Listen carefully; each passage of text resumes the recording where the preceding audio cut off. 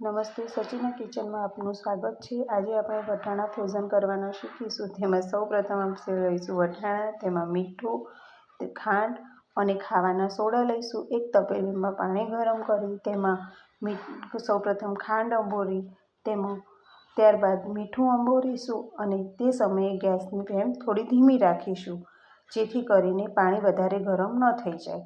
ત્યારબાદ તેમાં ખાવાના સોડા અંબોરી અને ગેસની ફ્લેમને થોડી ધીરી કરી ત્યારબાદ તેને બરાબર મિક્સ કરી લઈશું, જેથી કરીને ત્રણેય વસ્તુ પાણીમાં બરાબર મિક્સ થઈ જાય। તે સમયે ધીમા ગેસ પર આપણે જે ચોખ્ખા કરીને રાખેલા વટાણા છે તે વટાણાની અંદર ધીમે ધીમે મિક્સ કરીશું। તેને આપણે 2 થી 3 મિનિટ સુધી એ હુંફાળા ગરમ પાણીમાં રહેવા દેવાના છે, જેથી કરીને આપણે 12 મહિના સુધી સ્ટોર કરી શકીએ।